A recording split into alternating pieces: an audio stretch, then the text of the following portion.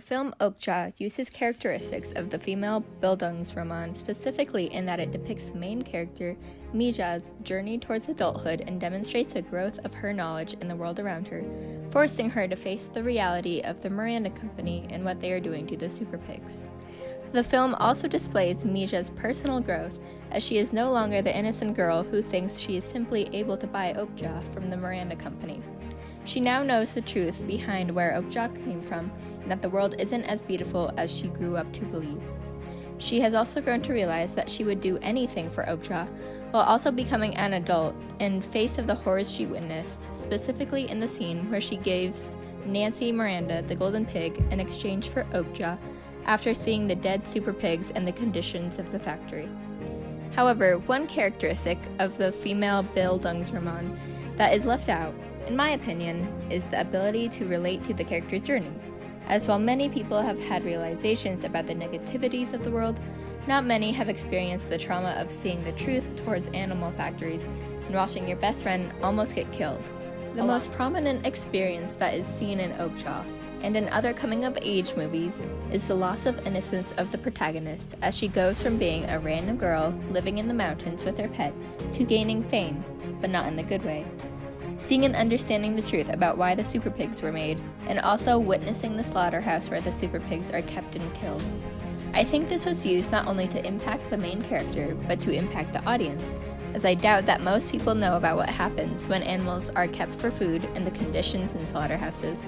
or they remain ignorant to them. So this movie and this experience about losing innocence can also be seen as a wake-up call to the audience about the realities behind food production. The first turning point in the movie is the scene where Mija's grandpa tells her that he wasn't able to buy Okja, and that she is going to New York as the winning super pig, and then Mija running back to see Okja gone. This serves as a realization that her grandpa doesn't care about Okja in the same way that she does, especially with him telling her that she'll get over it and go to town to find a husband, and that she is also willing to go all that way to get Okja back without a real plan or money to help her. Additionally, the second primary scene that is revealing about Mija's journey, as aforementioned, is her bargaining for Okja's life in the slaughterhouse, after seeing all the death and horrors inside the lab. She is willing to give away anything to save Okja's life, and this scene represents how desperate she is, but also how powerful she is, as she is able to do something that no one else in the movie could do. The main objects that are significant are the golden pig and the fruits that Mija feeds Okja. The golden pig is a last resort, but demonstrates the lengths that Mija is willing to go to save Okja, and also how she doesn't see an object as worth more than the life of an animal she loves. The fruits also represent the bond between Mija and Okja, as when Okja finally takes the fruit from Mija at the parade, it shows that Okja still trusts and loves Mija. The first person who is significant is Mija's grandpa, as he is the first person to betray her trust in the movie. Jay is one of the only people who consistently tries to help Mija throughout the movie, and even though he has the best intentions, his plan ends up going wrong, bringing Mija to the pivotal scene in the slaughterhouse. Lucy Miranda is the one that instigated the whole journey, although not with good intentions, with the creation of the super pig and then the contest that brought Okja to New York and tortured her, betraying Mija's trust and traumatizing both her and Okja.